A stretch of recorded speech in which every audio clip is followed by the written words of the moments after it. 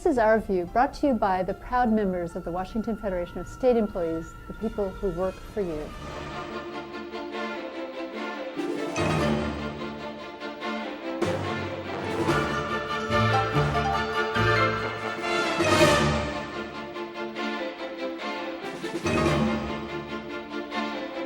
With the state needing to balance its budget and lives hanging in the balance, the legislature works on a solution. Thousands gathered on the Capitol steps to send a message saying the solution should not be on the backs of those most in need, should not compromise the safety of our communities, and tax loopholes should be closed to provide some of those needs.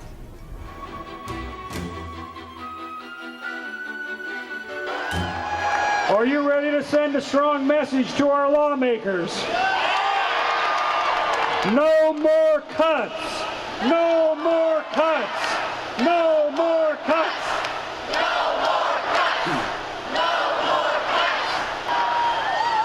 Last year, we tried an all-cuts budget. $3.6 billion was cut out of our state budget.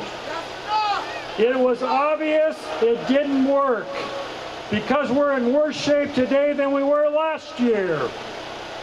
Nursing homes have suffered and closed. The list of people waiting for the basic health plan has grown longer than the list of people who don't have it. Thousands of teachers have been laid off. Our children sit in overcrowded classrooms. Students who have prepared all their lives to go to college are having doors shut on their faces because the money just isn't there. My name is Miranda Shreve. I live in Cheney, Washington, and attend Eastern Washington University. I am a double major in government and philosophy. I started my education at the University of Washington, but both my parents lost their jobs mid-year, and even with state financial aid, I could no longer afford to attend. I enrolled at Eastern Washington University because it is the least expensive school in the state. Without the state need grant, I won't be able to finish my degree next year. I want to be a contributing member of society, but where do I go from here if I'm already attending the least expensive school in the state and financial aid vanishes? Hello. My name is Leanne Clark. I've been a small business owner at the Pike Place Market here in Seattle for 25 years.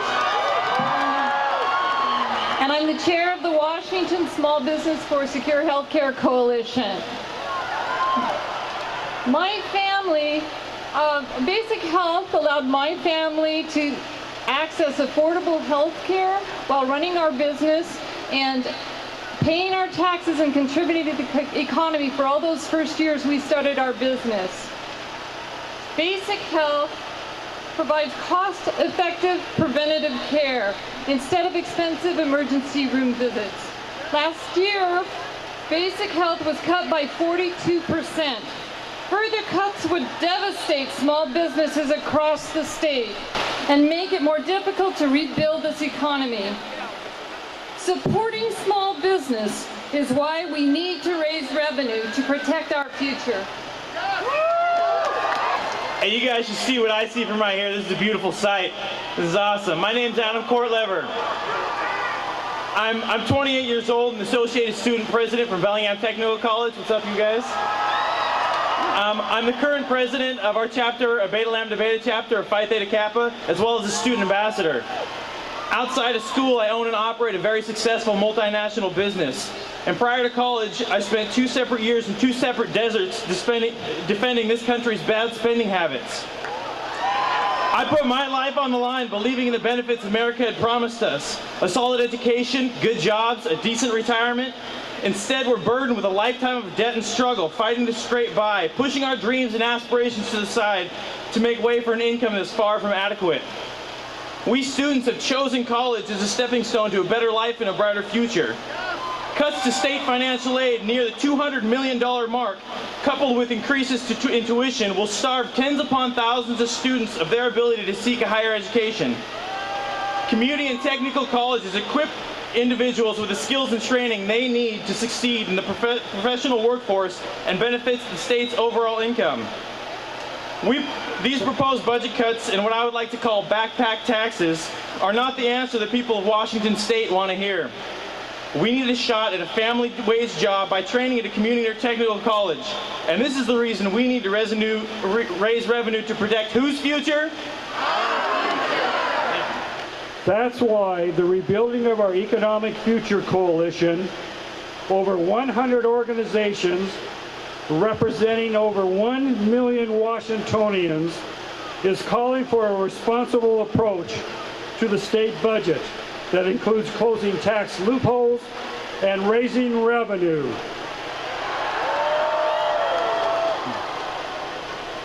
Responsible people around the state realize we cannot continue cutting state services and support for those who have been hit hard by this recession. We must look beyond politics and towards the future of our state. A House hearing was held on the suspension of the state's 2/3 majority needed for a tax increase law. While there were 3 hours of testimony before the Finance Committee, the issue was summed up with a few words by a member of the state's faith community. I am a rabbi. I am here this morning and not in the synagogue because I believe in the power of this legislative body to do right. At this moment, across this state, across the world, Jewish congregations are reading the same verses from the Bible. Among them are the words in Exodus, "You shall not ill-treat any widow or orphan."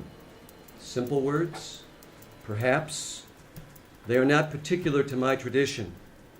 A Jew, a Christian, a Sikh, a Muslim, a Buddhist could easily speak them. The orphan, the widow, they are the powerless. They are those without the means to fend for themselves. The basic health plan has had to drop 35,000 people last year. 67,000 more stand to lose their only health care coverage. Further cuts hurt lives. This is more than numbers. I know the people. I have met them in our congregations across this state. They rely on us. The coverage provided by the General Assistance Unemployable, drug and alcohol treatment, the Housing Trust Fund and the leverage it provides for federal funds, Apple Health for Kids, community mental health. The list goes on. We are at a moment in this great state of Washington when we need to act. Suspending I-960 is necessary to give legislators the ability to respond quickly to prevent further devastating tax cuts. Ross Hunter's bill, 3176, is an important step in raising revenue.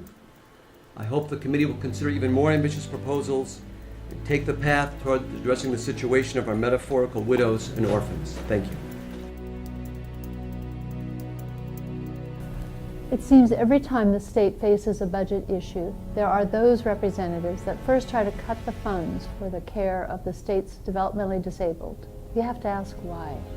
An answer from an advocate for our DD population, Maureen Durkin. It's because they can't defend themselves. They're not able to defend themselves. And it's up to the families to do that for them. And it's not going to save the state any money. It's not going to save the taxpayers any dollars. We're down here every year fighting for them. You know, there's not a lot of people to defend them. That's the other thing. There's not a lot of families out there, and so that's the other reason. You know, we don't have a lot of money to fight this. We're families. We don't get state or public funding.